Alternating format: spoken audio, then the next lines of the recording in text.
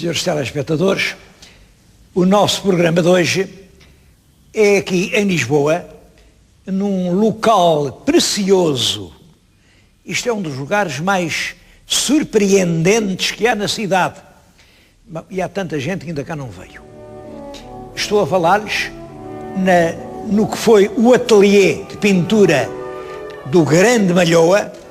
Era nesta grande sala, com aquela grande abertura ao exterior, era aqui que ele pintava, em pé, sempre em pé, dentro do cavalete, pintava. Bom, depois a casa foi vendida, Malhoa enviuvou, achou que a casa era muito grande, sentia-se aqui muito sozinho, a casa teve mais 2 donos e creio que em 32, a casa vai à praça e é comprada por um médico oftalmologista, o Dr. António Anastácio Gonçalves. Bom, era um homem, era de Alcanena, de uma família rica. Cada gente de Alcanena ganhou muito dinheiro com os cabedais, a curtir os cabedais, famílias judaicas que ali se instalaram, e os cabedais eram fundamentais antes do automóvel, porque era com o cabedal que se arreava ao cavalo, que se engatava a carruagem. Os cabedais eram matéria-prima de primeira ordem na civilização anterior ao automóvel. Daí que curtir cabedais era uma riqueza. A família dos Anastácios vinha daí. Este rapaz vem estudar para Lisboa, António Anastácio, forma, não é um aluno excepcional, é um bom aluno apenas.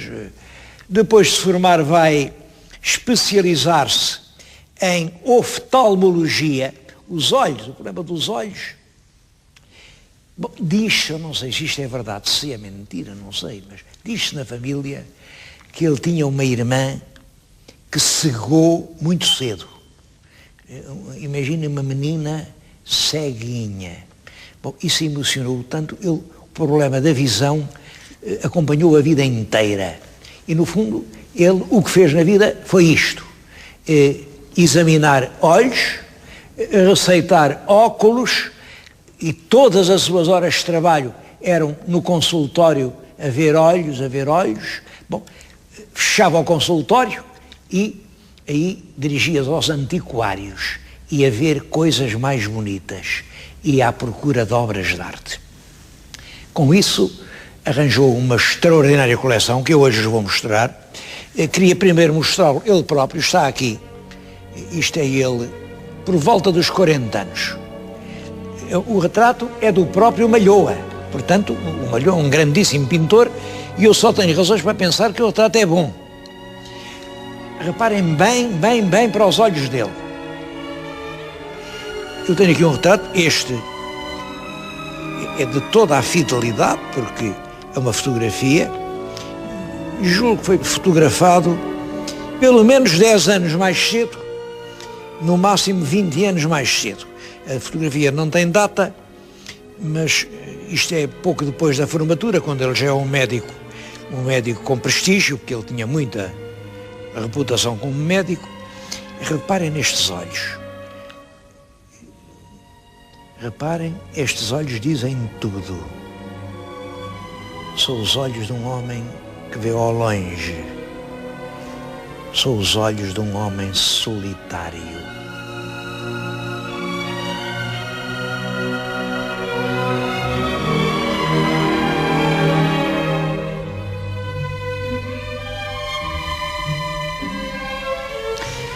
Esse homem solitário procura companhia principalmente no que lhe parece belo.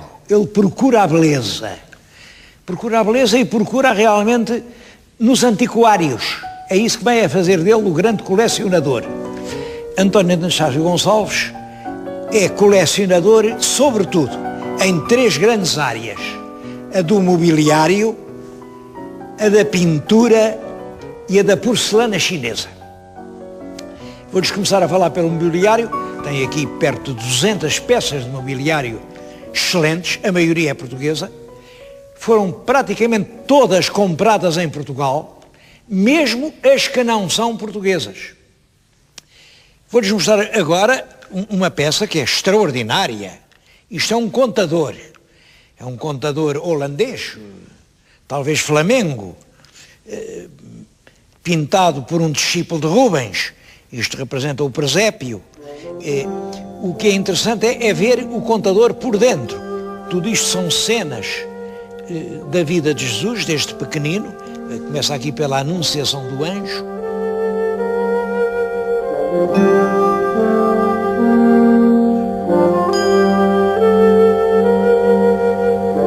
O contador no interior é realmente uma peça deslumbrante. Aliás, em Portugal há apenas 2 peças destas. É uma das peças mais fascinantes que existem aqui na Casa Museu de Anastácio Gonçalves. Bom, mas há muitas outras peças de mobiliário. Gostava de lhes falar ali de uma outra. Este móvel é uma papeleira, como veem, com os seus segredos, com o alçado. Isto foi feito em Inglaterra nos princípios do século XVIII e, segundo uma tradição que, aliás, tem fundamentos firmes, parece-me quase certo, foi oferecida pelo rei Dom João V à famosa Madre Paula. Madre Paula era uma freira de Odivelas que o nosso rei Dom João V visitava com uma certa assiduidade e pelo qual tinha uma ternura histórica. Ele ofereceu-lhe 2 papeleiras. Esta chegou ao museu através do Visconde da Sentis, a outra ainda está fora dos museus. É uma excelente peça e que revela realmente uma fase muito importante do mobiliário. Isto em Portugal continuou a haver a papeleira aqui, mas a parte de cima é que deixou de ser contador, isto é praticamente um contador, e passou a ser oratório. Quer dizer, em Portugal, a papeleira inglesa punha aqui as letras, os cheques, as ordens de pagamento, as linhas de... A papeleira dos bons comerciantes ingleses povoou-se de santos, de santa devoção. Há aqui também perto de mim outra peça que eu lhes queria mostrar que é muito engraçada. Chamava-se uma preguiceira e servia para dormir a sesta. Como sabem, em Portugal acabaram as preguiceiras, mas não acabou a preguiça. Quando a preguiça acabar, acho que voltamos a ser um grande povo.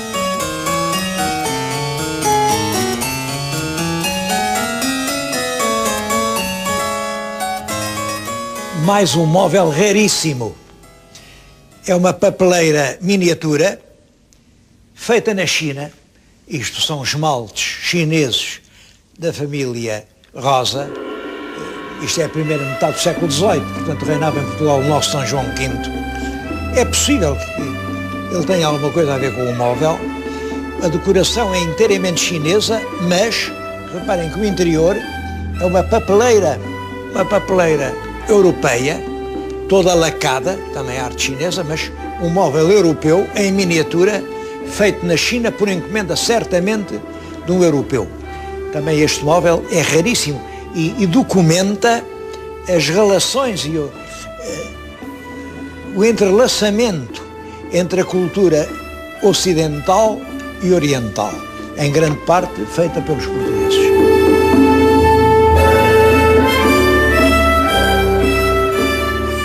Eu suponho que o Dr. Anastácio Gonçalves não seria um homem de formação religiosa, porque nas centenas de pinturas que ele colecionou, não há nenhuma com tema religioso.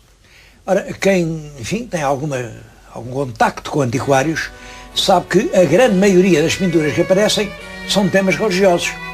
Anastácio Gonçalves não tem em casa um único quadro sobre assuntos religiosos. Bom, mas tem algumas esculturas, algumas. Esta é muito importante. É do Ceilão, século XVI, portanto isto é um Cristo, reparem, é um Cristo espantosamente bem esculpido, dramático, um Cristo que agoniza na cruz, de marfim, do século XVI, portanto devem ter sido os primeiros missionários portugueses que inspiraram esta peça.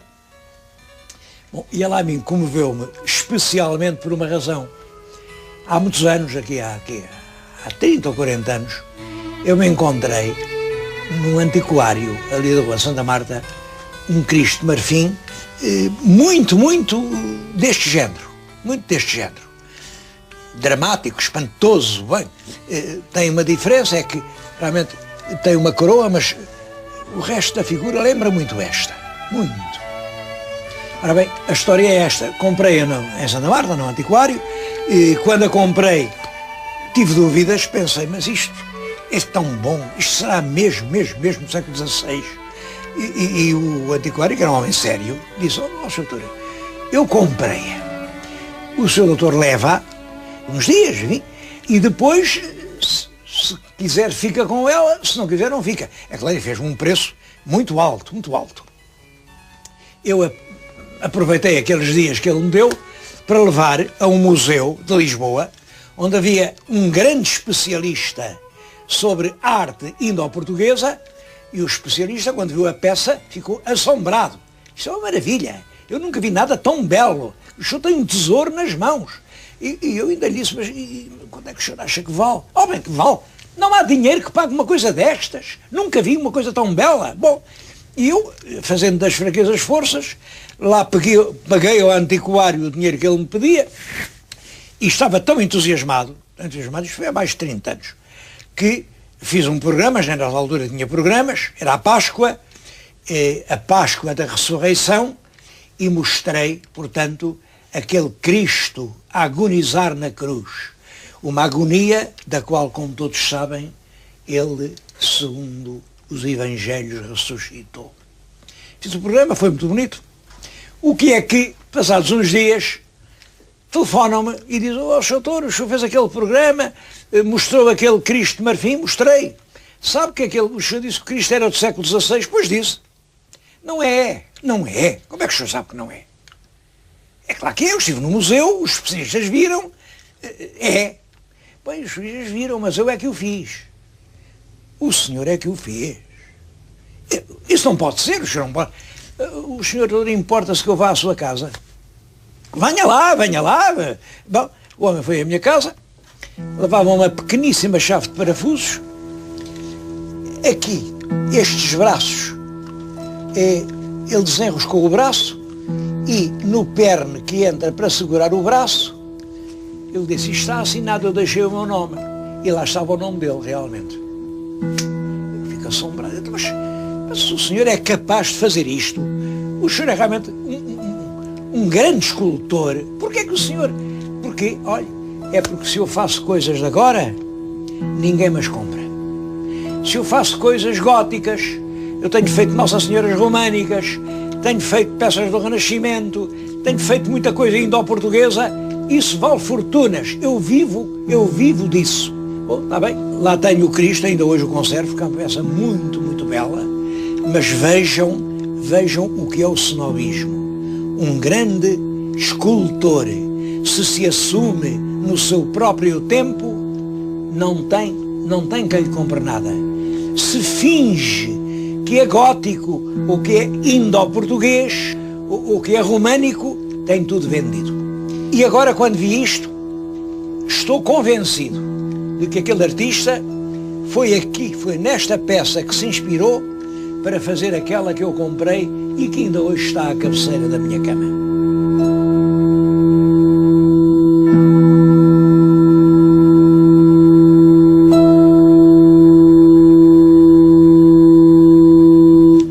Outra das predileções do Dr. Anastácio Gonçalves era a pintura. Bom, ele colecionou principalmente pintura portuguesa. E pintura portuguesa mais ou menos do seu tempo. Em vão se procura aqui qualquer grito de modernidade. Ele agarra-se ao naturalismo, àquela pintura do Silva Porto, que é um pintor predileto dele, do António Saúde, de João Vaz. Mas há quadros que são fundamentais. Por exemplo, este tenho na frente. Este quadro é um Narciso, vê, é um tronco masculino. A cintura está tapada por uma faixa de tecido verde que foi repintada. O quadro original não tinha aquilo. Aquilo foi posto por algum proprietário mais tímido para esconder uma certa parte do corpo e era atribuído ao Courbet. e, portanto, é uma pintura de cerca de 1850. Este quadro teve sempre um lugar importante nas coleções de pintura do Dr. Anastácio Gonçalves. É um narciso, um homem que admira a sua própria beleza. Por aqui passaram mais de 300 ou 400 quadros. Hoje não estão cá, porque o Anastácio Gonçalves, de certo modo, era um mercador. Ele trocava uns quadros que já tinha por outros que via e que achava que eram melhores. Portanto, isto que agora ficou, e estão aí mais de 150, é o que ele escolheu e considerou como melhor no seu tempo.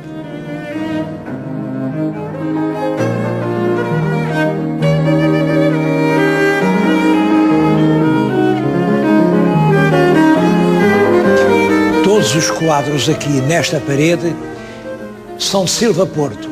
Silva Porto é um dos mais ilustres paisagistas portugueses do século XIX. Eu estou junto de uma paisagem que é emocionante. Isto chama-se a Ceifa Lumiare. Bem, não se vê viva alma, não há uma ceifeira, chama-se a Ceifa porque realmente além se vêem já as medas da palha do cereal colhido e não há aqui ninguém. É uma solidão completa. Representa o que era o Lumiare há pouco mais de 100 anos. Uma solidão completamente erma. Hoje, como sabem, é uma floresta de cimento. Ali na minha frente estão dois quadros lado a lado. Um representa a Vila do Conde e outro a Póvoa de Varzim. Ambos eles são extremamente sugestivos do que seriam essas terras nos meados do século XIX. Olhem, na altura em que nasceu o grande Eça de Queiroz, por sinal que ninguém sabe se nasceu numa ou nasceu noutra, se em Póvoa de Varzim, como dizia a senhora que aceitou reconhecê-lo como mãe, mas não era mãe dele e naturalmente nem sabia onde ele nasceu, ou se nasceu em Vila do Conde, como em Vila do Conde desde então sempre se disse.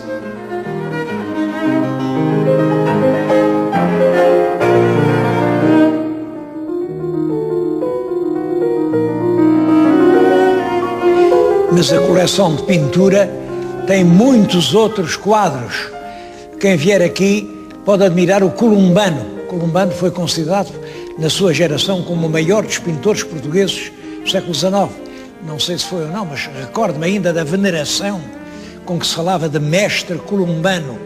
Bom, há aqui o António Ramalho. António Ramalho, um pintor menos conhecido, mas muito notável. Olhem, do tempo de Paris, ele pintou um quadro que ficou célebre, A Senhora de Negro. A Senhora de Negro é uma parisiense que sorria para quem a pintava, como se está vendo, mas que é uma das obras-primas do António Ramalho. Bom, e o João Vaz? João Vaz é o autor das mais belas marinhas portuguesas. É o pintor do mar. Há aqui muitos quadros de João Vaz.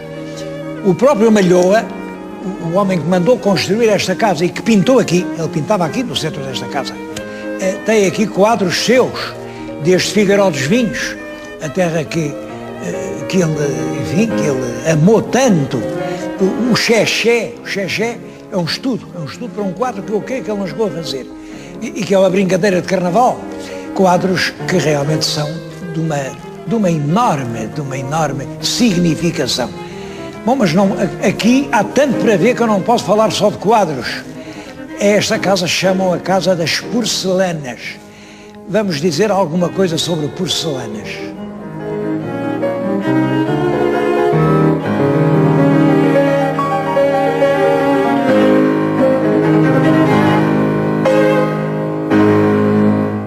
A grande predileção do Dr. Anastácio Gonçalves era a porcelana chinesa. Ele aí reuniu uma coleção extraordinária, com muitas centenas de peças. Bom, e é o que domina praticamente este museu, até ao ponto de lhe chamarem a Casa das Porcelanas. Eu não posso mostrar-lhes centenas de peças. São de todas as épocas. Estão aí, por exemplo, 3 peças da dinastia Song, são do século XII, portanto são tão antigas como Portugal. É claro, não são muito bonitas, nessa altura a porcelana não era muito bonita, mas muito antiga e raríssima. E neste momento estou-lhes a falar junto de um pote de porcelana azul e branca. Isto é a dinastia Ming. A dinastia Ming é uma dinastia que começa nos fins do século XIV e que vai até aos princípios do século XVII. São os Ming que estabelecem a capital da China em Pequim. Quando os portugueses fundaram Macau, quem mandava na China era a dinastia Ming. Olhem, o pote que está aqui está datado entre 1522 e 1572, portanto, é um pote do tempo de Camões.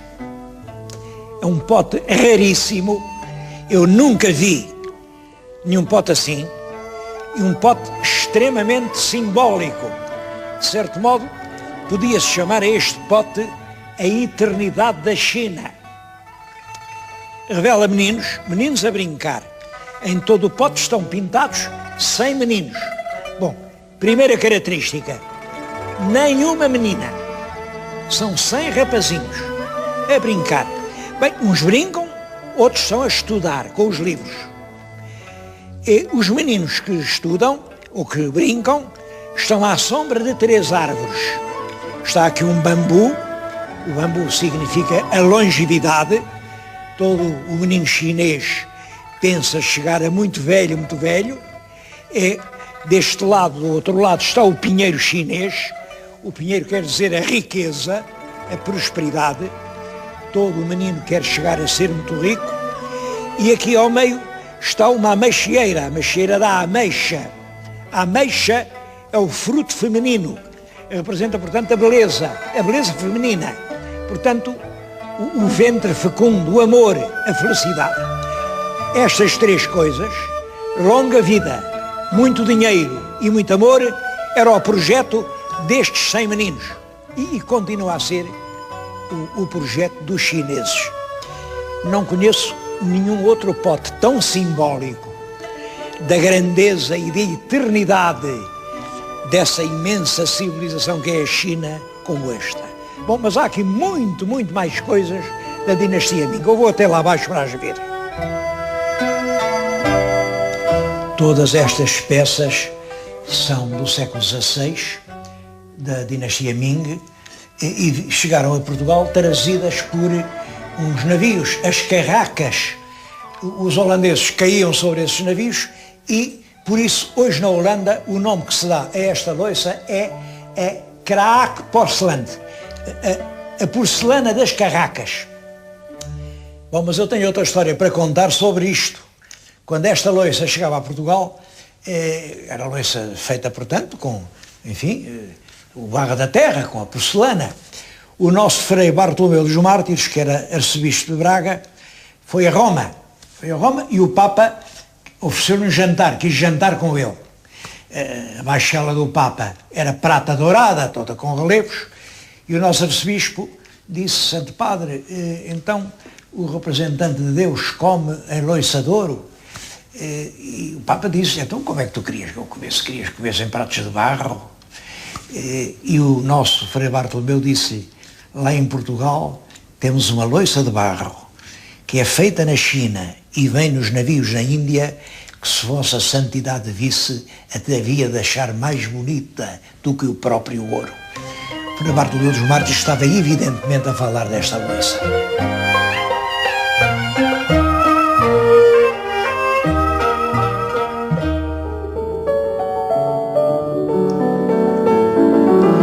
Nesta casa-museu há muito mais que ver. É a vida inteira de um homem que viveu apaixonado pela beleza dos objetos, porque os objetos também falam para quem os sabe ouvir. O Dr. Anastácio Gonçalves viveu apaixonado não pelas pessoas, mas pelas coisas, e entendia a alma das coisas. Ele tinha uma mágoa na vida, ele nunca tinha ido a um grande museu, o Hermitage, na cidade de Leningrado, que hoje se chama São Petersburgo, e não tinha lá ido porque, naturalmente, nessa altura Portugal não tinha relações com a Rússia e não havia passaporte, não havia licença para ir à União Soviética. Ele lá conseguiu uma vez ir em Paris, meteu-se numa excursão que o levou à Rússia, com tão pouca sorte, quando a excursão passou por São Petersburgo, que era por isso que ele lá ia, era o dia do museu estar fechado, era feriado, não pôde lá ir. Bom, volta para Portugal e tinha esse sonho, não morrer sem ir ao Hermitage, o maior museu da Europa depois do Louvre. Até que conseguiu uma licença especial. A polícia deu-lhe licença para ele ir à Rússia. Disse: senhor, vá lá à Rússia, vá lá ver o seu museu. Ele já com 70 e tantos anos, sai daqui, chega à cidade e quando entra finalmente no Hermitage, a emoção foi tão grande, que caiu fulminado. Não chegou a ver o Hermitage. A beleza das coisas impressionava-o até esse ponto. Eu acho que esta casa-museu justifica bem uma visita. É dos museus mais interessantes da cidade de Lisboa.